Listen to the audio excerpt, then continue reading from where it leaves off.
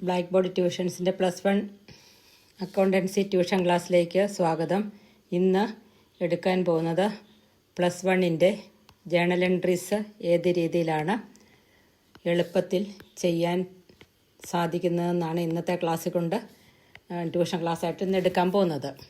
അപ്പം അതിനു മുമ്പ് നമുക്ക് ഈ സബ്ജക്റ്റിനെ കുറിച്ചൊന്ന് നോക്കാം. അക്കൗണ്ടൻസി ബിസിനസ് ട്രാൻസാക്ഷൻസ് വളരെ സിസ്റ്റമാറ്റിക്കായിട്ട്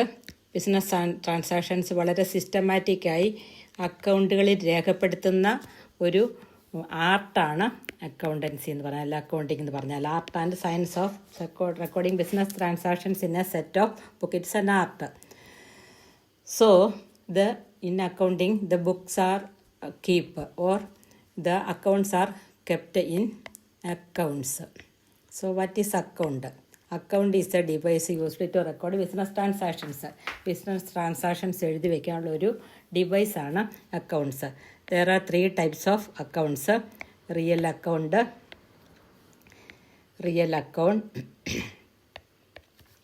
then second type personal account,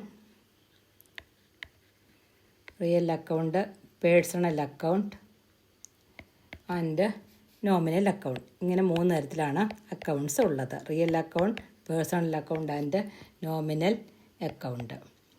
അപ്പോൾ ഈ ഓരോ അക്കൗണ്ട് ഏതിനെക്കുറിച്ചാണെന്ന് പറയാം. Real account is the account of assets. അസറ്റ്സിനെ സംബന്ധിക്കുന്ന അക്കൗണ്ടാണ് real account. Personal account is open in the name of persons, വ്യക്തികളുടെ പേരിലോ, ഓർ ഫേംസ്. ഫേം എന്ന് പറഞ്ഞാൽ an association of 2 or more persons. ഫേംസിൻ്റെ പേരിലെടുക്കുന്ന അക്കൗണ്ടാണ്, ഓപ്പൺ ചെയ്യുന്ന അക്കൗണ്ടാണ് personal account. Then nominal account is account of income and expenditure. വരവിൻ്റെയും ചെലവിൻ്റെയും അക്കൗണ്ടാണ് income or profit and expense or loss. Expense or loss അതുപോലെ തന്നെ ഇൻകം പ്രോഫിറ്റും കാണിക്കുന്ന അക്കൗണ്ടാണ് നോമിനൽ അക്കൗണ്ട്. ഇനി ജേണൽ എൻട്രീസ് പാസ് ചെയ്യുമ്പോൾ ഈ അക്കൗണ്ട് ഓരോന്നും തയ്യാറാക്കാൻ നമുക്കൊരു അക്കൗണ്ടിങ് റൂൾ നമ്മൾ അറിഞ്ഞിരിക്കണം. Accounting rule. ഈ അക്കൗണ്ടിങ് റൂള് എന്ന് പറഞ്ഞാൽ it is known as double entry principle. Luca പസിയോളിയാണ് ഡബിൾ എൻട്രി പ്രിൻസിപ്പിളിൻ്റെ ഉപജ്ഞാതാവ്.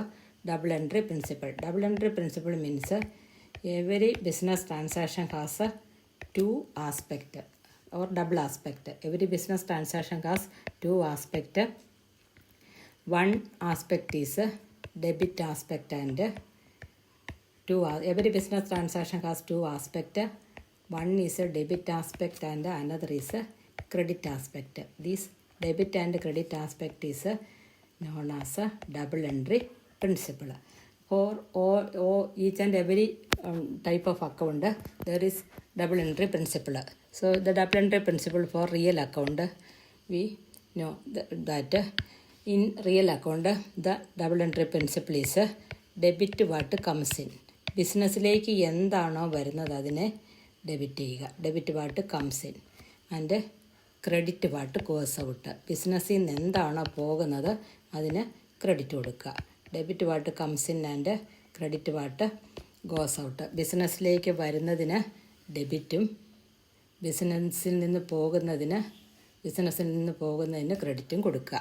ഇതാണ് real accounting principle. Debit what comes in and credit what goes out. ബിസിനസ്സിലേക്ക് വരുന്നത് എന്താണോ അതിന് ഡെബിറ്റ് കൊടുക്കുക, ബിസിനസ്സിൽ നിന്ന് പോകുന്നത് എന്താണോ അതിന് ക്രെഡിറ്റ് കൊടുക്കുക. ഇതാണ് റിയൽ അക്കൗണ്ടിങ് പ്രിൻസിപ്പിൾ. ഇനി നമുക്ക് പേഴ്സണൽ അക്കൗണ്ടിങ് പ്രിൻസിപ്പിൾ എന്താണെന്ന് നോക്കാം. പേഴ്സണൽ അക്കൗണ്ട്, ഇതിന് ഒരു അക്കൗണ്ടിങ് പ്രിൻസിപ്പിൾ ഉണ്ട്. പേഴ്സണൽ അക്കൗണ്ടിനും അക്കൗണ്ടിങ് പ്രിൻസിപ്പിൾ ഉണ്ട്. പേഴ്സണൽ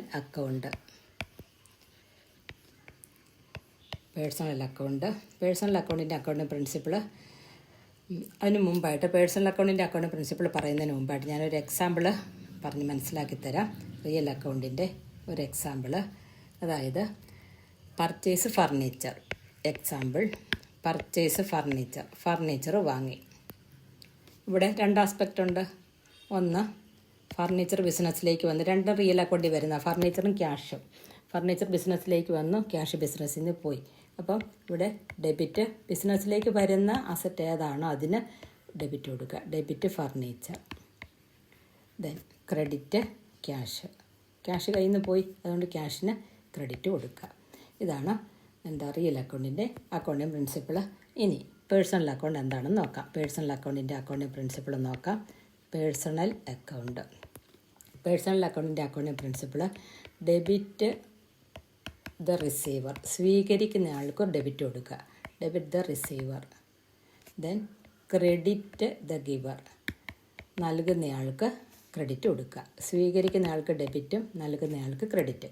ഇതൊരു എക്സാമ്പിളിൻ്റെ സഹായത്തോടെ പറയാം. Example: paid cash to A. Paid cash to A. എക്ക് കാശ് കൊടുത്തു. അപ്പം ഒന്ന് റിയൽ അക്കൗണ്ട്, ഒന്ന് പേഴ്സണൽ അക്കൗണ്ടുമാണ്.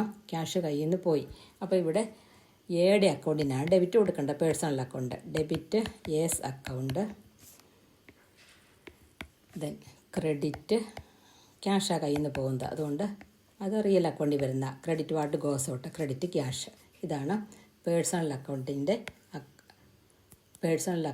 Accounting principle. ഇതാണ് personal account. Debit the receiver and credit the giver. ഇനി അടുത്തത് മൂന്നാമത്തെ നോമിനൽ അക്കൗണ്ടാണ്. നോമിനൽ അക്കൗണ്ട് എന്ന് പറഞ്ഞാൽ അസറ്റിൻ്റെ, ഇൻകത്തിൻ്റെ എക്സ്പെൻഡിച്ചറിൻ്റെ അക്കൗണ്ടാണ് നോമിനൽ അക്കൗണ്ട്. അപ്പം നോമിനൽ അക്കൗണ്ടിൻ്റെ accounting rule: debit all expenses. Expense debit ചെയ്യുക. Credit all income.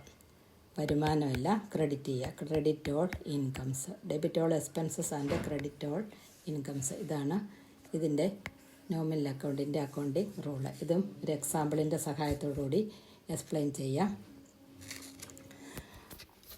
നോക്കുക. പെയ്ഡ് സാലറി കൊടുത്തു. Paid salary. ഇവിടെ സാലറി എന്ന് പറയുന്ന എക്സ്പെൻസാണ്, കൊടുത്തത് ക്യാഷായിട്ടാണ്. അപ്പം സാലറിക്ക് ഡെബിറ്റ്, എക്സ്പെൻസിന് ഡെബിറ്റ്. Salary debit. ദെൻ ക്യാഷായിട്ടാണ് കൊടുത്തത്, അപ്പം അത് റിയൽ അക്കൗണ്ടിൽ വരുന്ന ക്യാഷ് ക്രെഡിറ്റ്. ഇനി ഒരു ഇൻകം കൂടെ നമുക്ക് നോക്കാം. എക്സാമ്പിൾ ഒരു ഇൻകം കൂടി നോക്കാം. റിസീവ്ഡ് കമ്മീഷൻ കിട്ടി. അപ്പോൾ കമ്മീഷൻ എന്തായിട്ടാണ് കിട്ടുന്നത്? ക്യാഷായിട്ടാണ് കിട്ടുന്നത്. അപ്പോൾ ക്യാഷ് റിയൽ അക്കൗണ്ടിൽ വരുന്നതാണ്. ക്യാഷിന് ഡെബിറ്റും, പിന്നെ കമ്മീഷൻ ഇൻകം ആയതുകൊണ്ട് ഇൻകത്തിന് എപ്പോഴും ക്രെഡിറ്റേ വരുള്ളൂ. ഇൻകം എപ്പോഴും ക്രെഡിറ്റേ വരുള്ളൂ, അത് ഓർത്തിരിക്കണം. Commission credit. അപ്പോൾ ഇതാണ് അക്കൗണ്ടിങ് റൂൾ. ഈ അക്കൗണ്ടിങ് റൂൾ അപ്ലൈ ചെയ്താണ് ജേണൽ എൻട്രി തയ്യാറാക്കുന്നത്. അപ്പോൾ ഇന്നത്തെ ക്ലാസ് എല്ലാവർക്കും മനസ്സിലായെന്ന് ഞാൻ വിചാരിക്കുന്നു. ഞാനിടുന്ന ക്ലാസ്സുകളെല്ലാം അറിയാനുള്ളവർ ഇത് സബ്സ്ക്രൈബ് ചെയ്യുക, ഷെയർ ചെയ്യുക, കമൻറ്റ് ചെയ്യുക. നിങ്ങൾക്ക് എന്തെങ്കിലും അറിയണമെങ്കിൽ കമൻറ്റ്സ് ഇടുക.